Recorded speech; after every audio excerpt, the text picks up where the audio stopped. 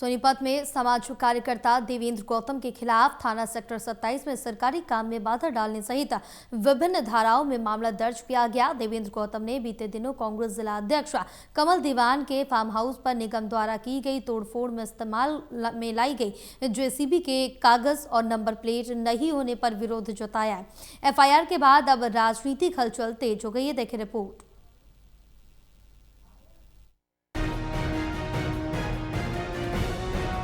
सोनीपत में इन दिनों राजनीतिक माहौल गरमाया हुआ है। पहले कांग्रेस की महिला पार्षद और अब सामाजिक कार्यकर्ता देवेंद्र गौतम ने विपक्ष की पार्टियां इनेलो कांग्रेस के साथ मंच साझा करते हुए प्रेस कॉन्फ्रेंस कर स्थानीय बीजेपी नेताओं पर तानाशाही और दबंगई के गंभीर आरोप लगाए और कहा कि उनकी आवाज को दबाने के लिए बीजेपी नेता लगातार कोशिश कर रहे हैं। बीते दिनों दीवान फार्म हाउस पर दीवार तोड़ने के लिए जेसीबी के डॉक्यूमेंट्स भी पूरे नहीं थे, लेकिन जेसीबी को भेजा गया। जेसीबी पर नंबर प्लेट भी नहीं था, यहाँ तक कि ड्राइवर के पास लाइसेंस भी नहीं था। उन्होंने प्रशासन से सवाल किया, जेसीबी का तुरंत प्रभाव से चालान काटने की भी मांग की। जेसीबी पर कार्रवाई की बजाय प्रशासन उन पर झूठा मुकदमा दर्ज कर रहा है। सरकारी काम में बाधा डालने सहित अलग अलग धाराओं के तहत मुकदमा दर्ज किया गया है। बीजेपी नेता लगातार उन पर चुप रहने और सरकार के खिलाफ ना बोलने का दबाव बना रहे हैं।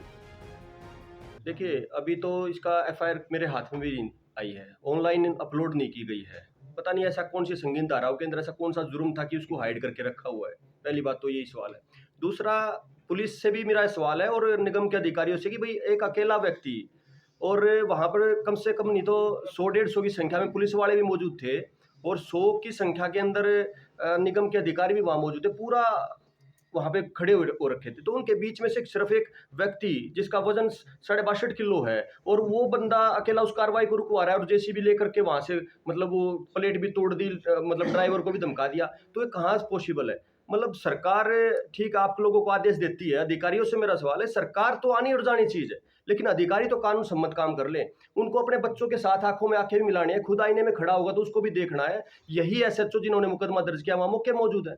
मैं बोल रहा हूं, आप चालान करवाइए। इसके हाथ जोड़ करके मैं रिक्वेस्ट करता हुआ दिखाई दूंगा आपको वीडियो के अंदर। प्रेस कॉन्फ्रेंस में पहुंचे कांग्रेस के शहरी जिला अध्यक्ष कमल दीवान, पूर्व विधायक सुरेंद्र पवार, इनेलो जिला अध्यक्ष कुणाल ने बीजेपी नेताओं पर तानाशाही के आरोप लगाए। कमल दीवान ने कहा कि सोनीपत में बीजेपी जनप्रतिनिधि द्वेष की राजनीति कर रहे हैं। इससे पहले भी निगम चुनाव में उनके चुनाव में अड़चनें डाली गई थी, फिर फार्म हाउस पर अवैध तरीके से तोड़फोड़ की गई। लगातार बीजेपी के नेता पार्टियों के खिलाफ सत्ता का दुरुपयोग कर रहे हैं। मैंने आपको बोला कि ये चीजें पर्सनली जो है लेके, जो भी कोई नेता है हमारे शहर का है या जो भी स्टेट का है, तो हर चीज ना पर्सनल चीज लेके वो ये कार्रवाई करी जा रही है। मुझे समझ नहीं आता कि एक आदमी जो जनता की आवाज उठाता है उससे इनको क्या तकलीफ है? क्या जब भाजपा विपक्ष में थी तभी आवाज नहीं उठाती थी? कभी कांग्रेस पार्टी हम जब सत्ता में थे हमने कभी ऐसे मुकदमे दर्ज करे? ये क्यों इनकी मानसिकता जता रही है, क्यों घबरा रहे हैं? अभी देखिए शहर में सबके होर्डिंग्स लगे हुए हैं, सिर्फ एक कमल दीवान ऐसा है जिसके सारे होर्डिंग उतार के ले गए। गिनती के 21 थे, 21 के 21 उतार के ले गए। ये क्यों घबरा रहे हैं हमसे?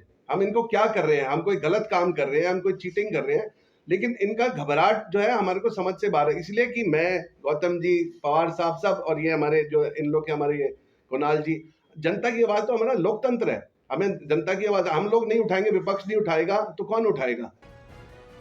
इस दौरान वक्ताओं ने बीजेपी पर जमकर आरोप लगाया। कहा कि स्थानीय और प्रदेश स्तर के नेता मिलकर तानाशाही का रवैया अपना रहे हैं।